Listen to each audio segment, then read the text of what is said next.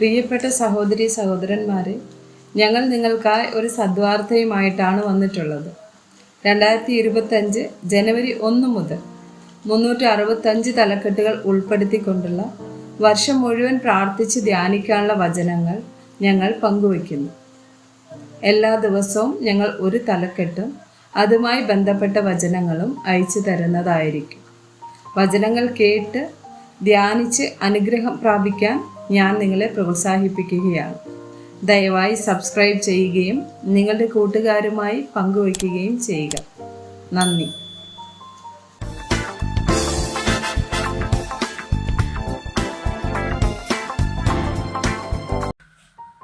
ദിവസം 183. യേശുവിനെ അനുകരിക്കുക. റോമർ 8:29-30 വചനങ്ങൾ.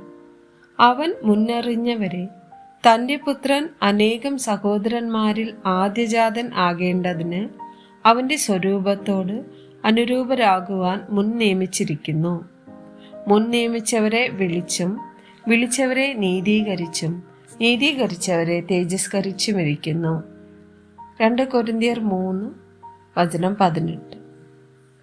എന്നാൽ മൂടുപടം നീങ്ങിയ മുഖത്ത് കർത്താവിൻ്റെ തേജസ്സിനെ കണ്ണാടി പോലെ പ്രതിഫലിക്കുന്നവരായി നാം എല്ലാവരും ആത്മാവാകുന്ന കർത്താവിൻ്റെ ദാനമായി തേജസ്സിന്മേൽ തേജസ് പ്രാപിച്ച് അതേ പ്രതിമയായി രൂപാന്തരപ്പെടുന്നു. എഫേസ്യർ 4:22-24 വരെയുള്ള വചനങ്ങൾ.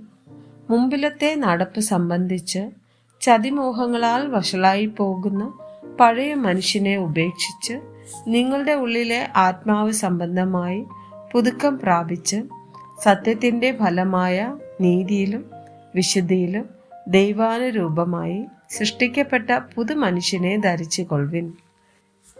റോമർ 6:10-12 വരെയുള്ള വചനങ്ങൾ. അവൻ മരിച്ചത് പാപസംബന്ധമായി ഒരിക്കലായിട്ട് മരിച്ചു. അവൻ ജീവിക്കുന്നതോ ദൈവത്തിന് ജീവിക്കുന്നു. അവണ്ണം നിങ്ങളും പാപസംബന്ധമായി മരിച്ചവർ എന്ന് ക്രിസ്തു യേശുവിൽ ദൈവത്തിന് ജീവിക്കുന്നവർ എന്നും നിങ്ങളെ തന്നെ എണ്ണുവിൻ. ആകയാൽ പാപം നിങ്ങളുടെ മർദ്യ ശരീരത്തിൽ അതിൻ്റെ മോഹങ്ങളെ അനുസരിക്കുമാറ് ഇനി വാഴരുത്.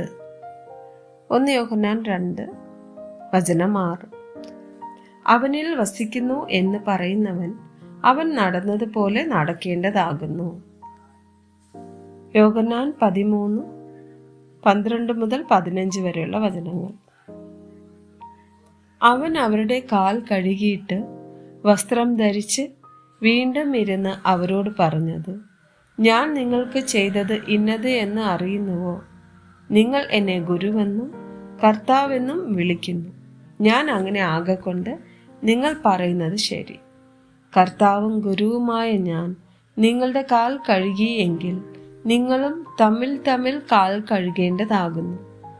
ഞാൻ നിങ്ങൾക്ക് ചെയ്തതുപോലെ നിങ്ങളും ചെയ്യേണ്ടതിന് ഞാൻ നിങ്ങൾക്ക് ദൃഷ്ടാന്തം തന്നിരിക്കുന്നു. എഫേസ്യർ 5:1-2 വചനങ്ങൾ. ആകയാൽ പ്രിയമക്കൾ എന്ന പോലെ ദൈവത്തെ അനുകരിപ്പിൻ. ക്രിസ്തുവും നിങ്ങളെ സ്നേഹിച്ച് നമുക്ക് വേണ്ടി തന്നെത്താൻ ദൈവത്തിന് സൗരഭ്യവാസനയായ വഴിപാടും യാഗവുമായി അർപ്പിച്ചതുപോലെ സ്നേഹത്തിൽ നടപ്പിൻ.